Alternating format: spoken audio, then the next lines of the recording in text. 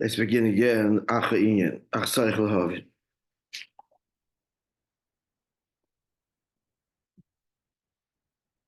Tzarich lahavin. The kivin shegam leiden. Yeah, but it's Eis Daled. Second paragraph. Yeah.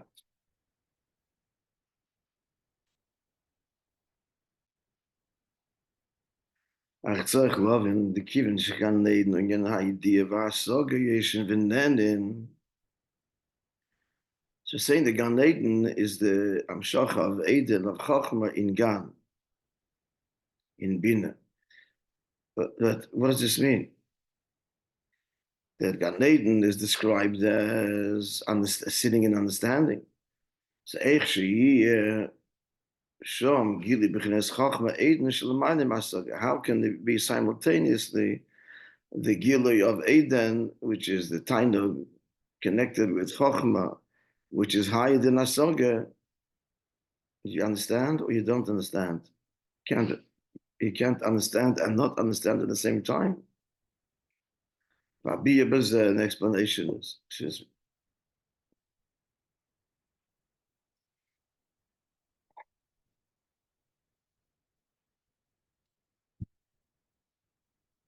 Okay, let's try and understand this. There's precious little footnotes here. In fact, there are none. We can't have one in a row. So, Be'ezrat Hashem. Rabbi Bezer Shasoged the Gan Eden Elyon B'Oifen Shal Asoged Hashlila. Asogas Hashlila. So there's two kinds of asaga. There's affirmative asaga. You grasp and understand the thing, the subject. We're talking about a likus now. And then asagas hashlila. This is shaya spalte. And then it's asagas hashlila, which is an understanding of a likus by appreciating it's not what it's not, stripping it of all association. Let's see. Mavu Baruch Belakotete Parsha Pekudei Binyan, and I'll tell explain the pasuk Eide Pekudei HaMishkan, Mishkan no Eidus. Explains the Alter Rebbe, this double expression here, Pekudei HaMishkan and Mishkan no Eidus. Mishkan means obviously Hamshacha, drawn, dwelling. So Shazel Inya Yichud Vavke. So the first part of the pasuk, Pekudei HaMishkan, is the Yichud of Zoh and Malchus, Vav and Hey. And that is in a way explains over there, Shbeifin Shalasagas Achiyuv. The Yichud Yud and the Yichud of Chachma and Bina. So that is the higher darga, that's Mishkan HaEdos, as is known that Eidos testimony is about something which the judges are not witness to, cannot see. It's removed from them. Chachma. And then Mishkan, there's that testimony, saying at a simple level, that testimony is then delivered in the court. So it's Mishkan, it dwells there, as it were, and it's being absorbed by them. But what are they getting? They're getting a testimony about something that they could never reach themselves. That's the basic idea of Eidos, of testimony. So that's Chachma and Bina. So this higher level, we're talking about a likus, we're talking about understanding, hasagas hashlila, understanding godliness, relating to godliness, by negating all else. Let's see in the words of the Maimon. But first,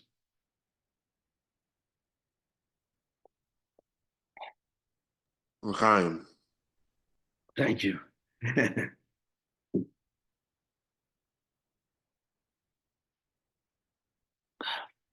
The Hinde Hasogas Hachiv B'Oifen. So what does it mean to understand something affirmatively? If you're understanding it, so you're understanding it because it lends itself to understanding. It has description. If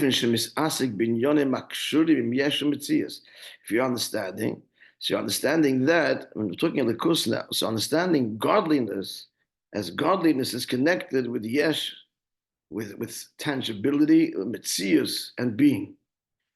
To put it in simple language,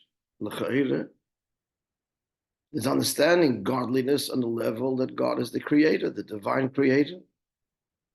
So we're understanding the divine intelligence, the divine attributes that create the world, that create the Metzius. So we're relating to God this way, and we can grasp it, and in such a way that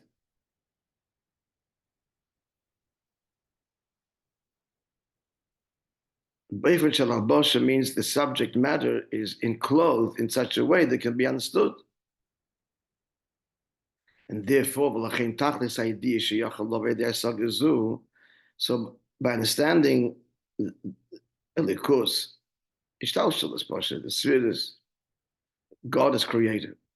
So what are we understanding about God? What's Metzius Hadava means? The reality is that God manifested himself with these divine attributes. We understand these attributes, and we see them in creation. He understands on some level that God is not limited to this expression. It doesn't define him. So there is some kind of hakara, recognition that God is beyond creator. He's not seeing God. He's seeing if it's Havon de Vasoga, we're seeing God enclosed, dressed, as it were, in attributes that can be understood. On day one, there's Chesed, and day two of creation is Gvura, and so on. And he understands godliness and sees the handiwork of godliness. But what is the understanding of the Eibishter? It's understanding the Eibishter in as much as the Eibishter is enclosed in the Midas. He knows, of course, God's beyond that, but he's not connecting to that. He doesn't have a re'iyah. He's not seeing God as it were for who he is, beyond creator. But Dafka is a paradox. Dafka with no understanding. By negating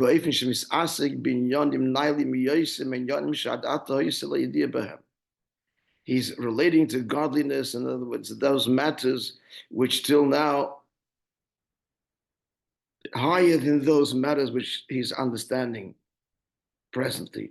He's relating to the Eibush, to beyond creator, and relating to God on these levels, the Eid Sof, etc., beyond the Shtalshalus. There's levels there too, as we learn, Dargis, Leid in Sof, Etzem, all kinds of Dargis. Etzes, V'Sagnuzas, 3 Dargis we learned. But what's he doing there? He's relating there by negating any limitation. By negating limitation, he's making room, as it were, for the Eibush as he is. Through the bittul of Hasaga. He's saying through bittul. So then we can get and reach the level of Pnimis HaChachma, but that's where the Ein Sof resides, the Eibush himself. The Pnimis of it, Chachma is bittul, therefore it's the Keli, Mamish for the Eibush himself, Kavayachal. And through his exhausting and recognizing the limits of all perception, we can't escape it because we're consciousness, that's what we are. But the consciousness itself is divesting itself of its own limitations. And he adds in brackets, the only way to do that is to turn the mitzvahs rooted in the Eibush. The Avodah b'Torah mitzvahs l'avda l'shomda, that he was placed in Gan Eden.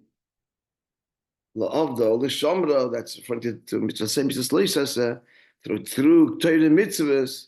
So then he comes to connecting to the Eibush in the way of Pnimis HaChachma, shezoyin yiriyah the Chachma. Now he's seeing God, as it were. Okay, was that somewhat clear? In a word, L'chayre. The pshati in a word, in a summary here, is the idea sashlila poshet is a knowledge about the Eibishter invested in ishtalshalus, where there's idea sachir, where there's idea. And idea sashlila connects us to the Eibishter beyond ishtalshalus, beyond creator. That's in the simple word. And that we understand. Yeah? Idea sashlila means acknowledging asenishdos, that the Eibishter is not high, beyond, and constantly pushing the seichel to embrace the beyond. In that bittul is room for the beyond, and that's where he comes to have, and especially through avodah of Torah mitzvahs, it's indispensable to connect to the Eibishter without Torah mitzvahs, since he's invested his essence in Torah mitzvahs. So in Torah mitzvahs, and with this kind of bittul in his seichel, he's open to not just connecting, he says, but seeing the Eibishter, which means an intimate, immediate relationship with God beyond creator. Not created, but Heilige Bashef, as we said, the holy creator. Gentlemen, is somewhat clear? Yeah. Okay, good. Good. And that's the difference between the lower Gan Eden and the higher Gan Eden. Gan Eden, where they sit there and enemies of Ashchina. That's the affirmative understanding, the Eibush that as he's manifested in his midas. They have an understanding of God as he's become the Metzias of God, as he is a creator, but not the mystery of God. The fact that he's become creator, the Metzias. But the mystery of God beyond creator eludes them. And it's very satisfying to know God as creator. But however, that's complete bittul. It's understanding by what's the role of seichel there, to self-negate and open to that which is beyond seichel, and seichel itself understand its own limits there. So that's a sagas hashlila, and that brings to truly seeing the Eibishter, as it were, Yaakov, for who he is, higher than halbasha, than his investment in tzvidas and midas, which is all him, true. But as we looked in the previous Maamar, the tzir, his expression in the tzvidas, has compromised, experienced the seeing of his true infinite nature. And it's a sagas hashlila that begins to put one into Torah mitzvahs and avodah. Sederes nefesh, everything goes into Torah mitzvahs, mitzvahs aseh, mitzvahs lo yisaseh, that connects a yid to the Eibishter for who he is. Poshet de'anoichi havai likach. That's way from Klali. Now, having said that,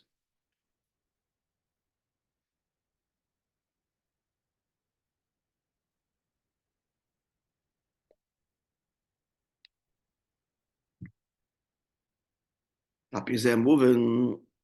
So it's such a dramatic difference between Gan Eden Atach and Gan Eden Elyon. It's not just a higher level; it's a mamish, a higher order. Gan Eden Elyon, again, to use the language we're using, it's relating to Eibishter beyond creator. Pnimius HaChachma. Chachma again, bittul, and the Pnimius of Chachma is a bittul to the Pnimius of Elikus. So we'll understand, therefore, it's understood, Shechdei Lovei, in order to come to this level, this higher. He calls it a grasp, but it's in a way of Asagas Hashlila, the negation of all limits, and the understanding of that, the understanding of why all limits, it's not this. There's not the Eibishter. So opening all those doors of dissolving all those barriers. So Tzarechli is bittul, so to go from one level to the other. Tzarechli is bittul oifen asog na Gan Eden atacht, and you can't go into Gan Eden Elyon carrying the tzir of I know God, I know the Creator. We have to even mevatol the tzir. He says the word tzir. Oifer hasog, the way of understanding, and in atachten, shebederach hasog is achiv, which is understanding, grasping, and descriptive. It's descriptive. That's a good word. Hasog is achiv means descriptive. Hasog is ashlila means it's not descriptive. So it's understood to go from this state to that. Al derech shetzorich levatul chesed hayalma.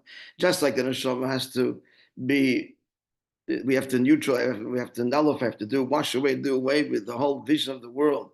To go from Elam Haza or Gehenna to Gan Eden Hatachten, that's the river of fire, the Har Dinur.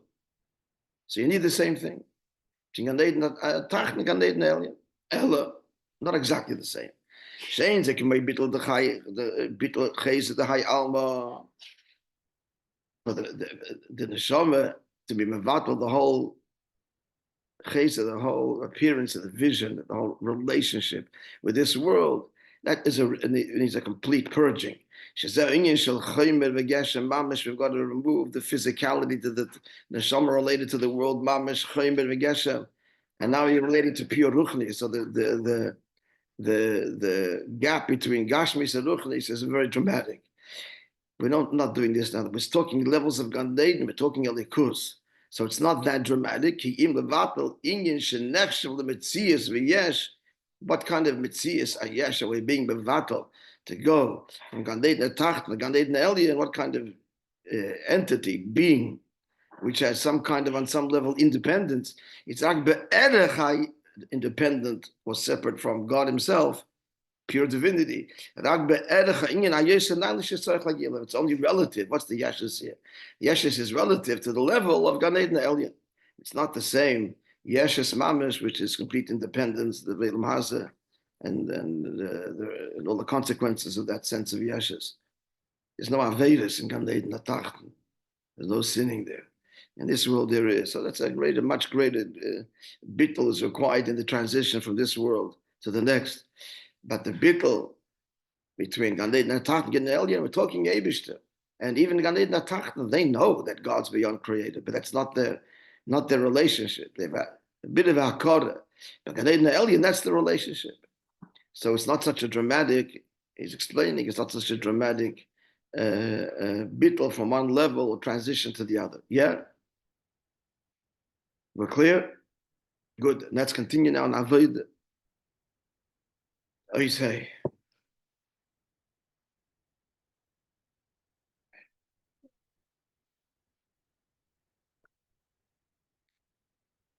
It's a similar, friends, that the Hamshach of the Shechina Lamata Ba'aretz, it's Al Dir Ashvi, is a much greater accomplishment than the Hamshach of the Shechina from one darga, one rekiah to the other. Because at the end of the day, it's a rekiah, but the dramatic and absolute revolutionary Hamshacha is a likus revealed in this world. That's the Rashvi, and that's the Rebbe. On the one hand, the Rebbe continues. It's an evolution. It's a process of, in a way, almost ilav one Rebbe to the next level. That's on one level. Another level, the Rebbe's Hamshacha is completely radical. Because why? It's going from Ruchnius and Gashmius. You're sick. So Chas v'Sholem, check the mezuzah, Pashat Tzii, and Leilam Hasa. There's no barriers between Gashmius and Ruchnius. Hatzlach and Panos, Hatzlach and politics and everything. The answer is right here. To get that through to us and to break that resistance, that's the greatest battle, greatest hurdle. And that's the whole Bas Ilgani Maima. That's the final battle. That the king gives his own life for. That's the whole Maima there. That's the Dir Hashvi. Ois hey, given in Ba'avodah, understanding in Avodah. Yeah, friends, we're all here. Yeah. So we have one pasuk that says, both talking about circumcising the heart. So one says you shall circumcise the orla of your heart, the barrier. It's one pasuk. That's a pasuk in Parshas Eikev.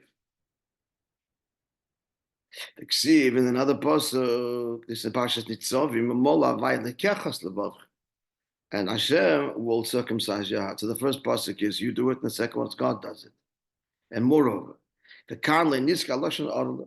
And the second pasuk doesn't say when Hashem will circumcise your heart.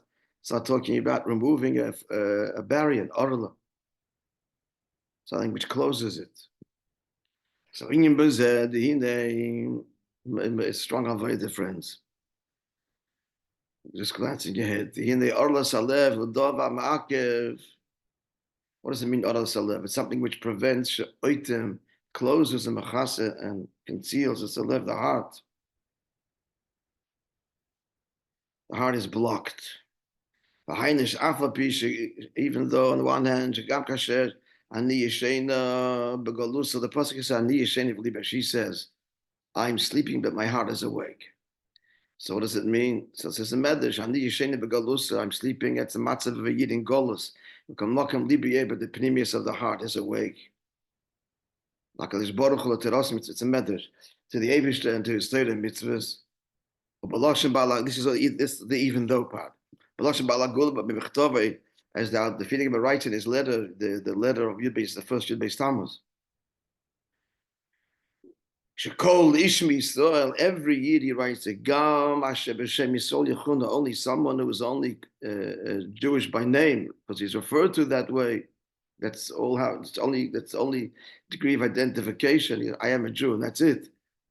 Levavoi Tomim, he writes, his heart is whole in Hashem also with the Eibishter and his Torah, whole meaning loyal. So that's true. That's Bepnimius. But he concludes, the heart is fine. The problem is the heart's covered. It's covered with an or alone. How does this happen? And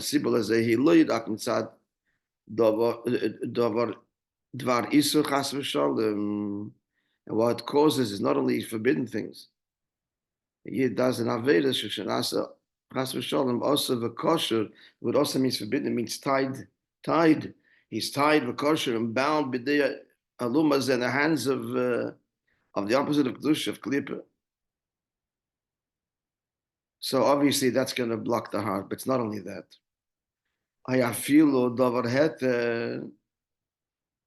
And not only is it something that is not an Aveda, but it's permissible. Aval nas l'shem taiva, but he engages in it because he enjoys it for his personal pleasure. There's ultimate system Tanya.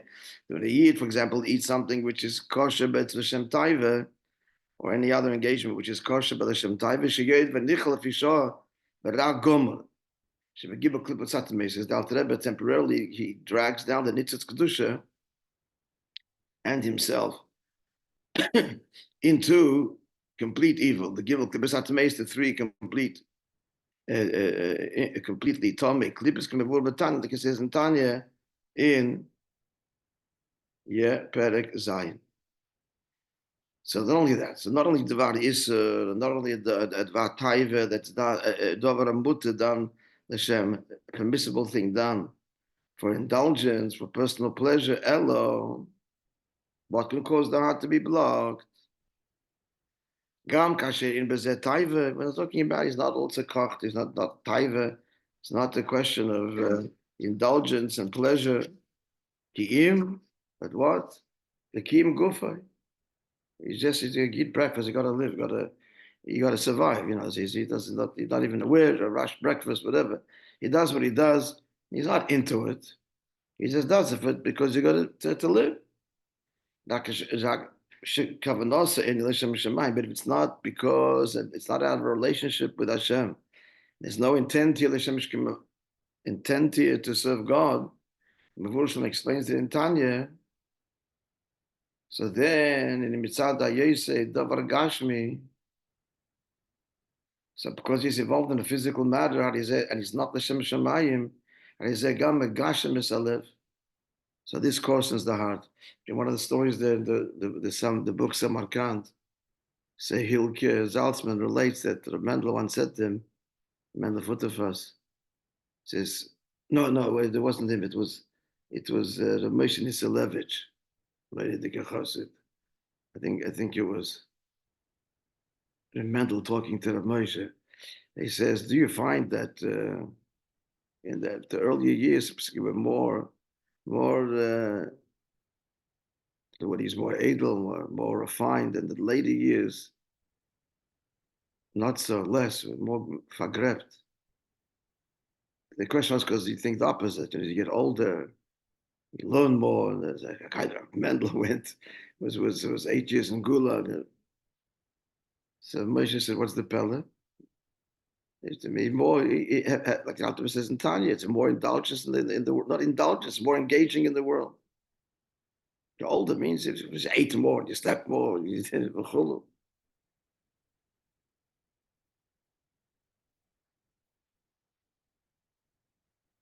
The once Moshe said them, they asked him something. He says, "What are you asking me?" The young guys are asking him for advice or what? He says, "Because I'm older, just means I ate more chicken than you." Or what I heard, I think from Shlomo Majeski. He says, you look in I once told you this. So the cow, the older cow stands there serenely eating it. And the young one, the young bucks are jumping and he says, what's the difference? He's more mature. No, he's just heavier and ate more. And it's hard to move. So he's not so animated. He's not more refined. Just getting old. It's hard to move the old bones, not idle. That's how it could be. Yeah. So he says here in Mitzad, continuing in Mitzad HaYosei Dover Gashmi. So just being involved in the physical world, even if it's just merely in the most, just you got to do it because you got to live. Arigam Zem Gashim Esalev, that coarsens the heart. Mitzad Atzmai, the heart itself is to be full, as we said before, Libi Tzachli Yisrael HaKadosh Baruch Hu L'Teras L'Mitzvah. The heart has to be, could be awake and responsive to the Eibishter and his Torah mitzvahs. But what? Umaylim Master Olav. But his engagement in the world on these three levels, Naveda, obviously, but even a taiva, a permissible thing, Lishem taiva, and even just so this conceals and creates a barrier. Shazayin Allah Salev, that's the closed heart, the orla, the foreskin, as it were, that covers the heart. Now this, the pasuk says, to remove that orla, you got to do this yourself. It's alles the vavchem. Haino she'ingin zeh, this avodah, to break this kind of coarseness and materiality and insensitivity. So this is nitna kol echad v'echad. This is given to each one of us that we have to do it. And it's all possible. Anytime yecholtoi, and you disable loyrakli zoyd midvar isur, a person can resolve going forward. There's going to be careful. There's not going to do any avedas, and not just that. Taivas heter. You're not going to indulge, even in the permissible. Even more than that, a person is able to set himself on the path. This isn't just a matter of awareness and dogged decision. I say the word just a matter. We all know it's no small matter at all, but it's possible. And even the stam, but he should be always the Eibishter place before him. It's possible for everyone to be at this level that what he does is God conscious. Know the Eibishter in all of your ways. This brought down in Shulchan Aruch that this is an avodah shayach to everyone.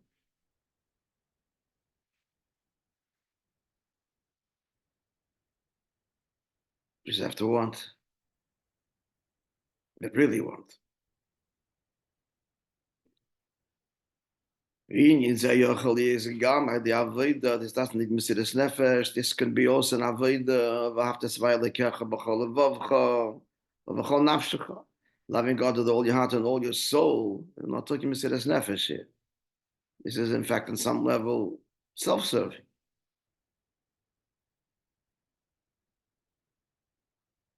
I don't want to be an insensitive brute. To keep himself because his avodas with all your heart and all your nefesh, I want to sully my soul. He shouldn't. He can pray by himself that avodas is doesn't want to. He's what's the word? He's renouncing. I feel a little taivas heta, and he doesn't want to get involved in taivas heta. Kim shekol masecha yilishim shamayim, and that's imminently possible for each one of us because it's virtuously so, but self-serving. I want to feel godliness. I don't want to be a brute, a behemoth. That's the avodah b'chol nafshecha, and that is a sufficient inspiration for a Jew to serve the Eibishter with awareness in everything, not to indulge iskafia. And another little thought of Rav Mendel.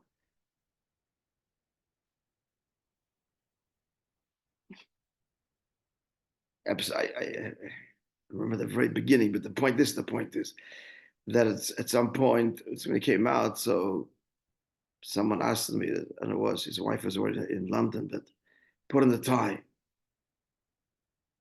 Put on the tie. So he says, no.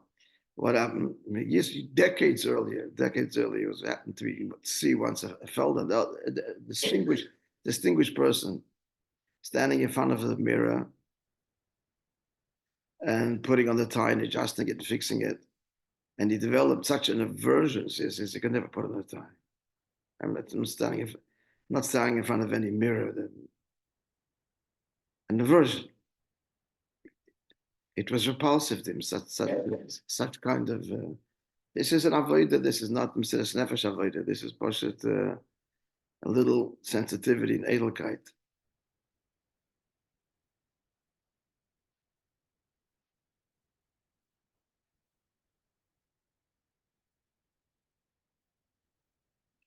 No names, but years ago I was told in Detroit, so they brought out a singer. So Baal Shem Tov brought out this singer, made a concert. And he saw to his utter dismay that the singer before the concert was standing in front of a mirror and posturing, whatever he was doing there, preparing for the concert. It kind of ruined the concert for him. Similar story. These are Edel Yidden. What did Rabbi say here? That at any moment a person can make such a decision, each one on their level. It's not an all or nothing game either, you know. A good place to start is Dover Osir. Then you proceed to permissible things like the Shem Taiva. A good place to emphasize. But the emphasis, if you start in any of this, it'll ripple effect. The idea is God, being aware of the Eibishter. What am I here for? What am I doing? There's that awareness, so it's going to bring an elevation in every moment, every encounter. Never demands. However, so this is all the lower level. This is what Maltem, and you shall circumcise, you shall remove as Orlas Levavchem, the blockage of your hearts. However, yeah. Okay, we'll continue Be'ez Hashem tomorrow. The higher avoid the molavai, the kechas levavcha. This is all going to parallel, obviously. God did Natachten, God did Elyon, the avoid of Yaakov, the avoid of Yisrael, and then we'll see where the Maimah, whatever takes us.